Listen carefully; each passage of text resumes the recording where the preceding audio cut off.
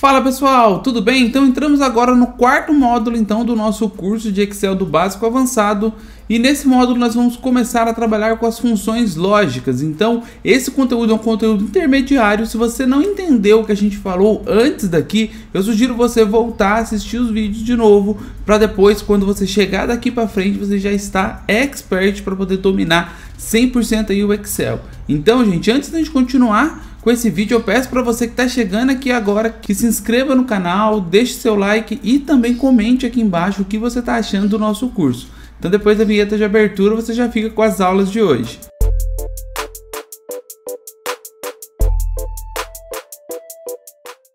Bom pessoal, então agora vamos começar a trabalhar com as funções condicionais dentro do Excel.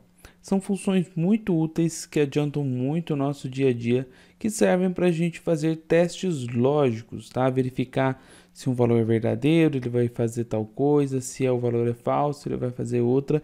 Então é uma parte bem interessante do curso e que eu tenho certeza que você vai gostar muito, tá?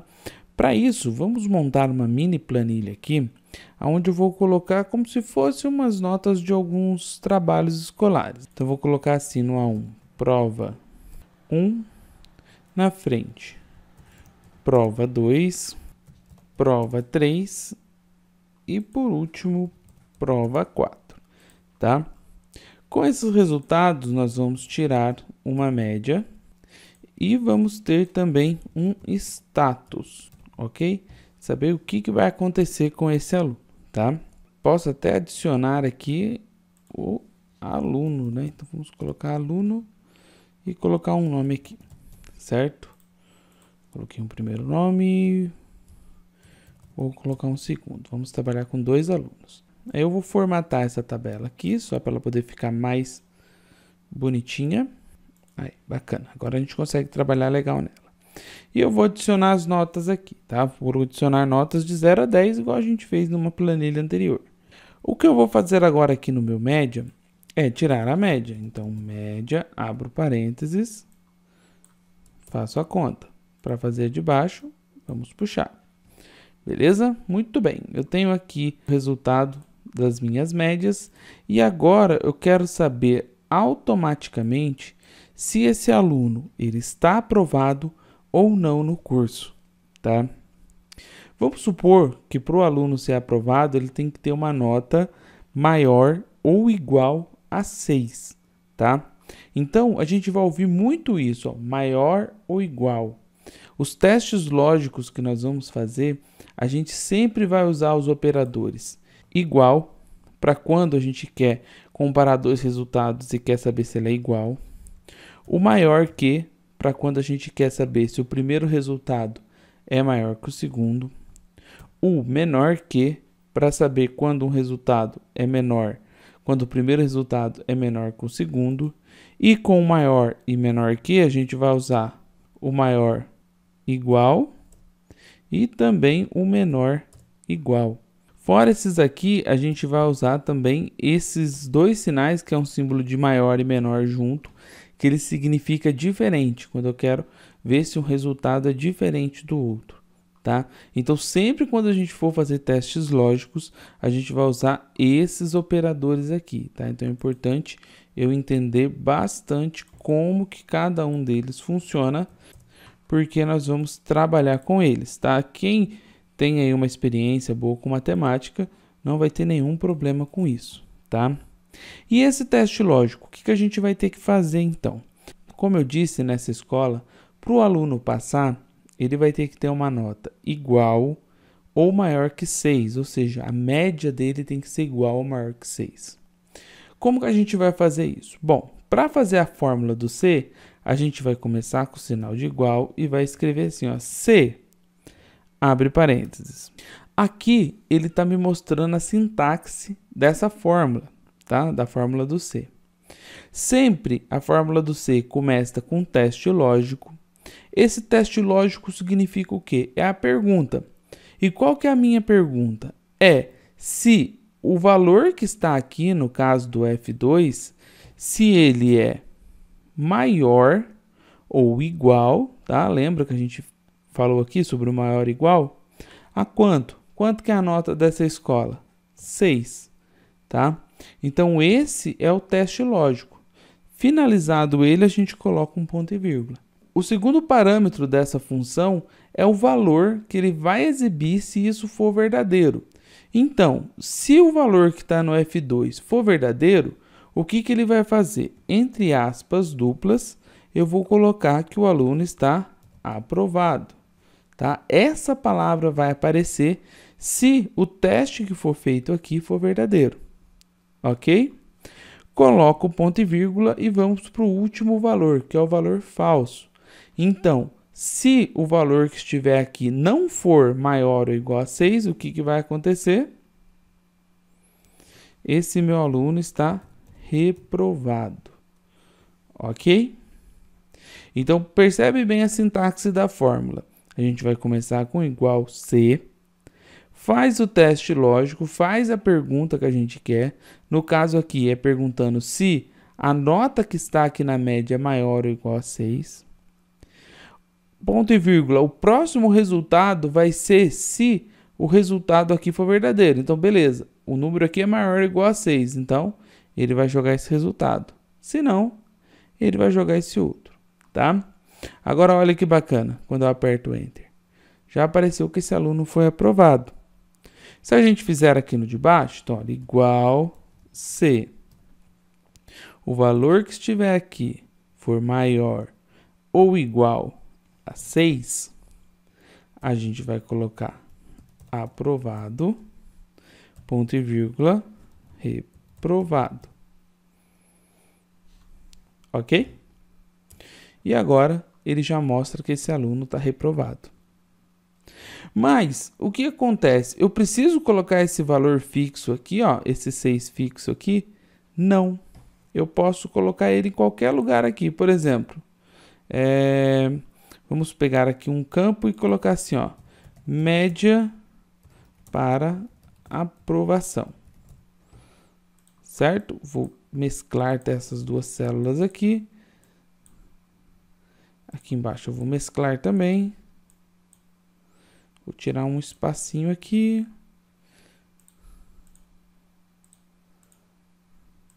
E olha que bacana.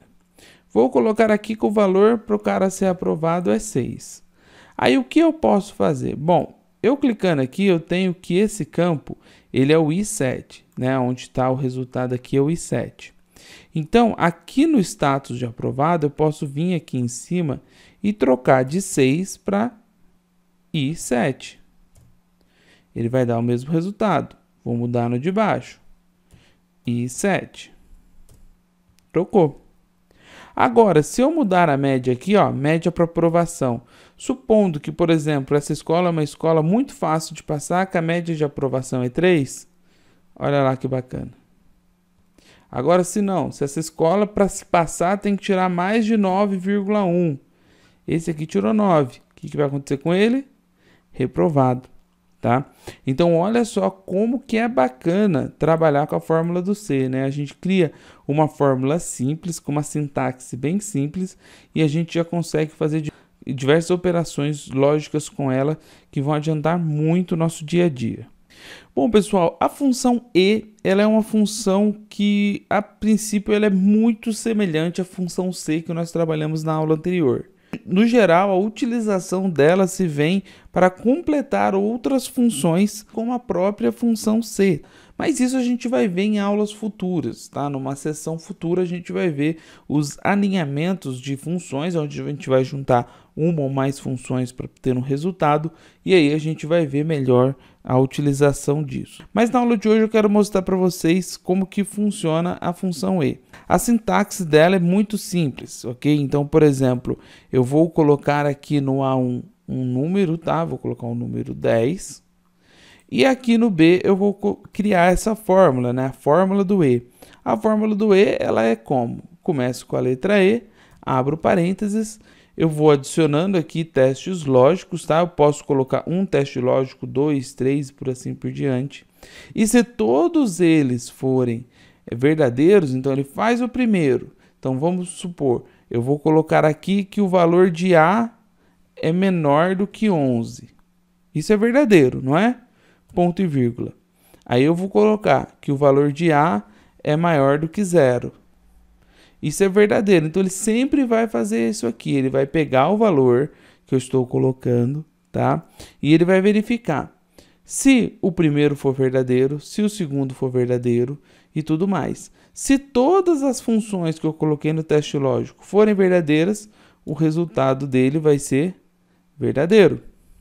Se eu criar um E aqui e colocar, olha, que o primeiro é maior do que 1, verdade. E se o A1 é maior do que 11? Olha só o que vai acontecer. Falso. Então, essa é uma função utilizada para isso. A gente pode colocar aqui, ó, diversos testes lógicos, tá? Vou colocar aqui o A1 é igual a 10, por exemplo. Ele ainda vai dar falso, porque uma delas aqui já deu falso. Então, eu posso colocar vários testes lógicos. E ele vai sempre retornar verdadeiro ou falso.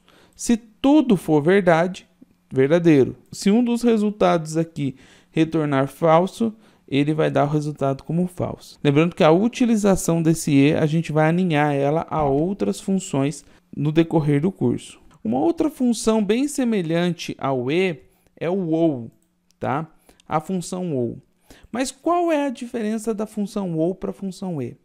Lembra que eu falei que na função E, todos os testes lógicos têm que dar verdadeiro para ele retornar a palavra verdadeira, certo?